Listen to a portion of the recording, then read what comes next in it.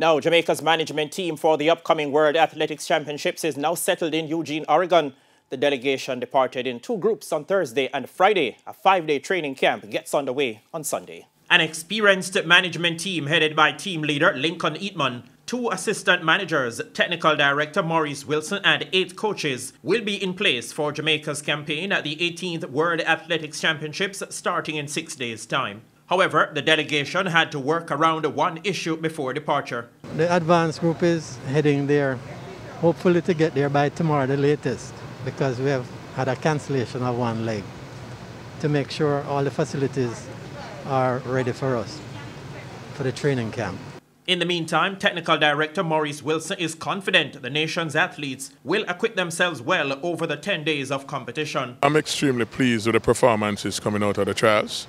And we do have the competent coaches and the systems in place where the athletes train to maintain that form or that shape. So we do expect the athletes to perform well.